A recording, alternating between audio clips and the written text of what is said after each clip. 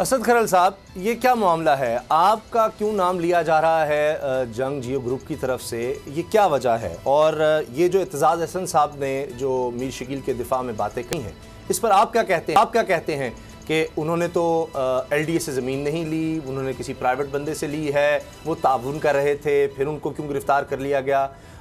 और ये जो सारा केस है, यही उन्होंने कहा कि गैर कानूनी है।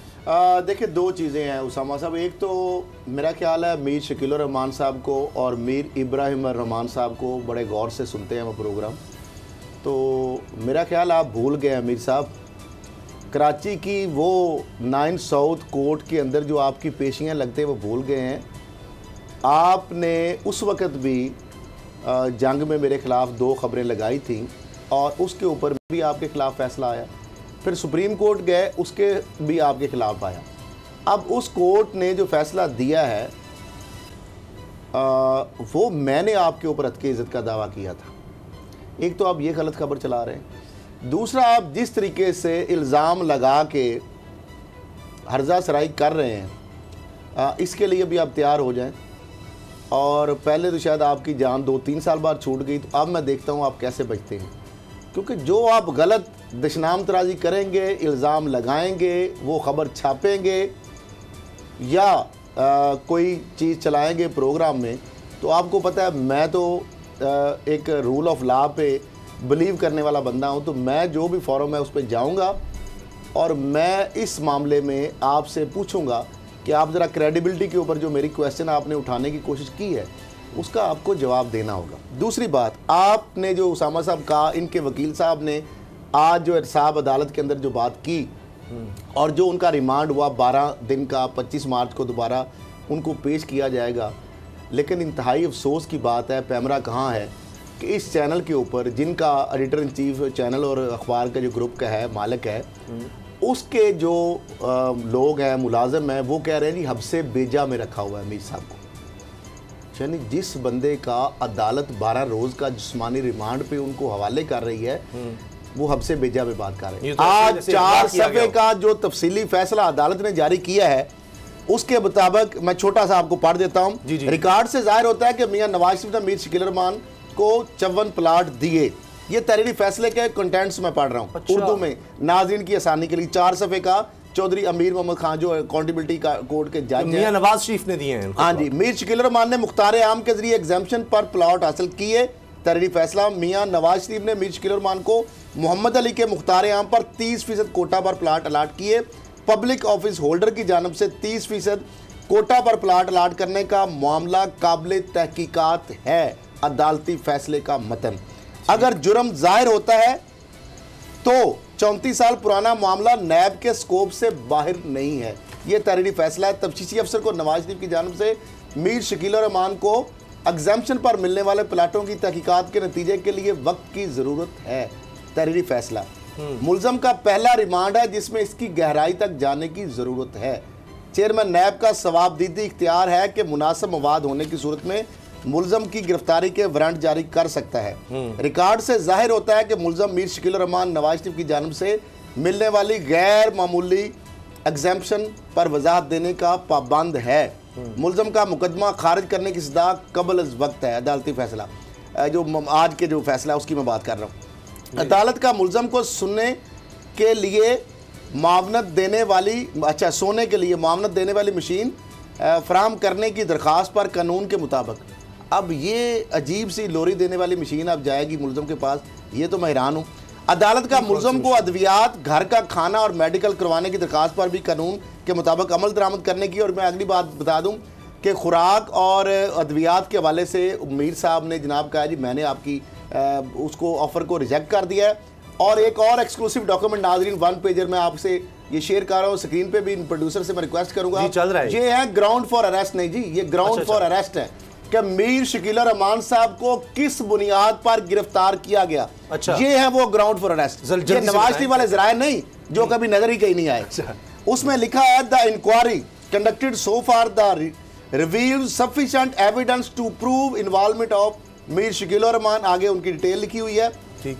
और आगे लिखा है in the commission of offences as defined under section 9A। ये इनके बड़े लीगल एक्सपर्ट भी बनते हैं ना, जो टीवी पे बैठ के वहां पे भाषण दे रहे होते हैं, ताकि वो पढ़ लें। 9A of national accountability ordinance 99, following facts from basis for immediate arrest of the accused. जो उनकी फौरी गिरफ्तारी का बाइस बनी वो क्या चीजें थी? Number 1, accused Mir Shakeel Rehman in connivance with, उन्होंने मिली भगत से ऑफिसर और official of LDA, ex chief minister Mian Nawaz Sharif और दीगर जो हैं इलीगली गैर कानूनी तौर पर 54 प्लाट लिए, हर प्लाट जिसका एक एक कनाल का साइज है। कनाल बैंक पर H ब्लॉक में 8H जौहर टाउन में, in sheer violation of provisions of exemption policy की जो शरीयन खिलाफ वर्जी थी उसके हिसाब से लिए। 1986 ये जो फॉर्मुलेटेड फॉर जो जौहर टाउन की स्कीम के हवाले से जो एग्जाम्पशन, उसके अगेंस्ट 180 कनाल जमीन ऑफ लैंड एक्विजिशन इन मौजा ठोकर नियाज बेग की, वो इधर लाई गई 86 में। 81 में एक्वायर हो चुकी है, आप लीगली हो नहीं सकती, लेकिन इन्होंने 86 में इधर 180 कनाल का खाता फिट किया नियाज बेग का।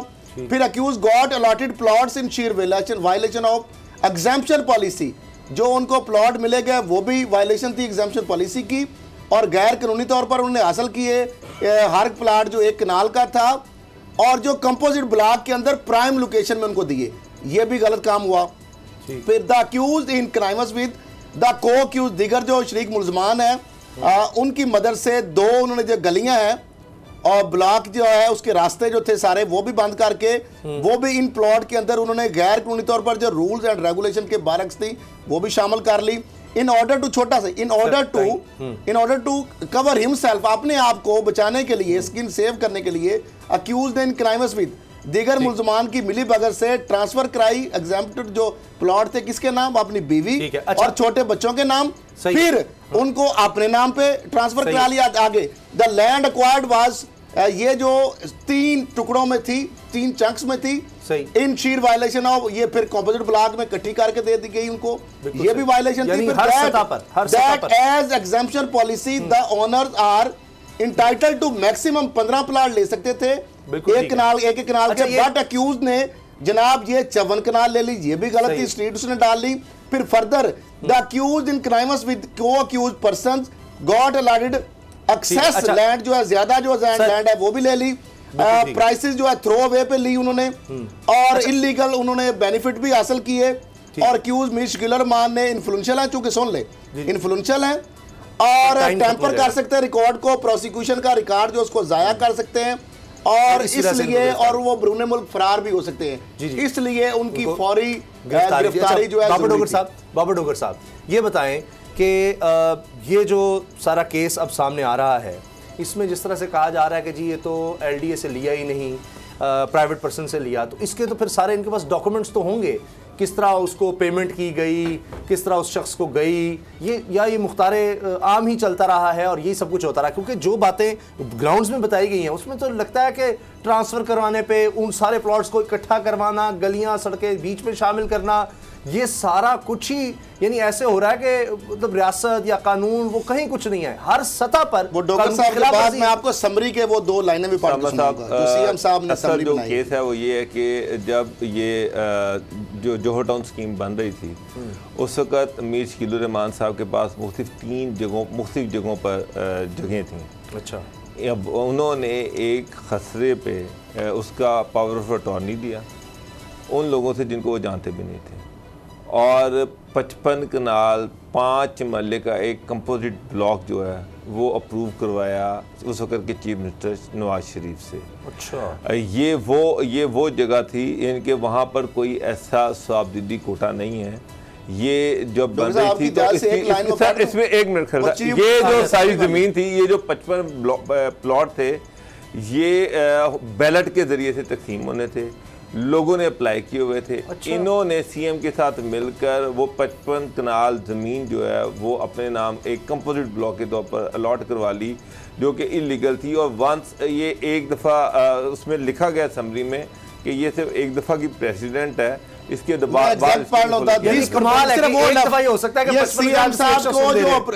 जो समरी फॉर चीफ मिनिस्टर लिखा है उसमें लिखा है this proposal may be treated as a special case not to be quoted as precedent, यानी स्पेशल केस है, स्पेशल बंदों के लिए स्पेशल केस। आगे नवाज शरीफ का रोल क्या आ रहा है? Submitted for information and orders of the chief minister slash chairman LDA, the then chairman LDA and CM जो है वो नवाज शरीफ थे, और ये मोहम्मद फैज रसूल जो डायरेक्टर जनरल LDA हैं, तो इसमें तो नवाज शरीफ के खिलाफ भी कार्रवाई बनती है। चीफ मिनिस्टर को जो समरी पुट अप हो रही है, उसके अंदर ये इबारत का मैंने रेलेवेंट जो मोस्ट रेलेवेंट पोर्शन है वो पढ़ा है, जो खुद बता रहा है कि ये गैर कानूनी काम है, और उसको खुद वो डर रहे हैं कि भाई इसको प्रेसिडेंट के लिए इसको मिसाल ना कहीं बनाएं। क्योंकि आप जब गलत काम कर रहे हैं एक बंदे के लिए, तो आगे आप बैरियर कैसे निकाल सकते हैं? तो ये तो सुप्रीम कोर्ट की जजमेंट में मौजूद है। बिल्कुल ठीक है। इसी के ऊपर तो सुप्रीम कोर्ट ने मना किया है। आइन कहता है कि किसी के लिए स्पेशल लॉ नहीं बन सकता, और सवाबदीद जो है कि इसमें 1994 में 1994 में उस वक्त एक MP थे आफ्ताब अहमद खान। अच्छा। उन्होंने एक सवाल उठाया पंजाब असम्बली के अंदर कि जनाब के क्या ये सच है कि वज़ीर आला नवाज शरीफ ने रूल्स को रिलैक्स करके LDA की कीमती ज़मीन मीर शकील उर रहमान की फेवर में अलॉट की है?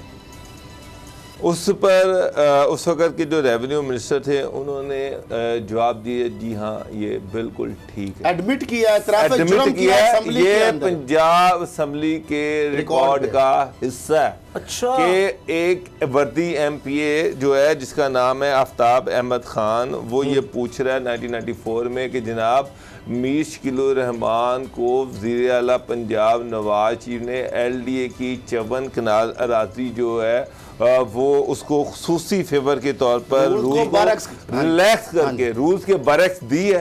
रेवेन्यू मिनिस्टर साहब जवाब देते हैं जो कि PMLN के हैं, वो जवाब देते हैं जी बिल्कुल ये ठीक है। तो इससे तो आपको चीजें बिल्कुल तो वो कह रहे हैं मैंने LDA से ली ही नहीं, जबकि वो वहां एडमिट हो रहा है कि LDA की जगह है। अब ये कह रहे हैं कि जी अब ये कह रहे हैं कि ये एक प्राइवेट डील है, एक प्राइवेट CM कैसे दे सकता है? साहब प्राइवेट डील है कि एक प्राइवेट बिजनेसमैन एक प्राइवेट आदमी से जगह खरीद रहा है, उसमें ये रूल्स रिलैक्स करने वाली बात कहाँ से आ गई? उसमें CM का ऑफिस यूज हो रहा है, LDA यूज हो रहा है, LDA का ऑफिस यूज हो रहा है, CM रूल्स को रिलैक्स कर रहा है कि ये जमीन जो है खुसूसी तौर पर शकील उर रहमान साहब को दी जाए।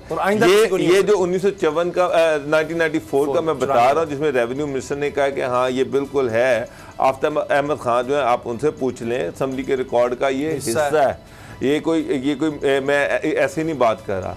तो सारी चीज़ें रिकॉर्ड का हिस्सा हैं। किस तरह से मीर शकील उर रहमान को 54 कनाल अराजी जो है उसको गिफ्ट करने में, तोहफे में देने में किस तरह से रूल्स की धज्जियाँ उड़ाई गई, किस तरह से रूल्स को बलाए ताक रखा गया, मीर शकील उर रहमान को नवाजा गया, नवाजने वाले नवाज शरीफ थे, उस वक़्त के वज़ीर आला थे, चेयरमैन LDA थे, उन्होंने मीर शकील उर रहमान को नवाजा। और यहाँ पर कहा जा रहा है ये प्राइवेट डील थी और प्राइवेट लैंड थी और प्राइवेट डील थी।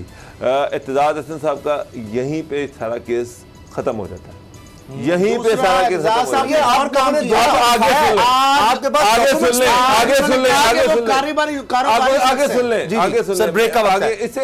खत्म।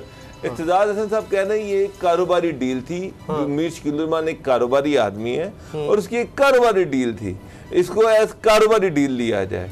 आप अंदाजा लगाएं कि जंग और जिये, ये आपके सामने जंग पड़ा हुआ है, इसमें लीड लगी हुई है कि आज़ादी सहाफत पर हमला। हाँ जी, वकील कह रहा है ये प्राइवेट डील थी, ये कारोबारी डील थी, ये एक जमीन खरीदी जा रही थी और जंग लिख रहा है ये हमला। और डील क्या थी कि वज़ीर आला के साथ मिलकर 54 कनाल जमीन जो थी उसको हड़प किया गया, जिसकी आज की मालियत कई 100 अरब रुपए, कई अरब तो कह सकते हैं, मतलब उसमें कनाल नहर के ऊपर है, वहाँ पर उस पर वहाँ पर 10 करोड़ रुपए की एक कनाल का घर है, प्राइम लोकेशन है और बरलब नहर है, तो फ्रंट उसका फेसिंग है चूंकि, तो जारी बात है बहुत इतना बड़ा तो एक कनाल भी 10 करोड़ नहीं 20-25 करोड़ का। हाँ तो हो सकता है, तो पीछे ओवरऑल 8-10 अरब तो 8-10 अरब कम से कम बन सकती है इस हवाले से।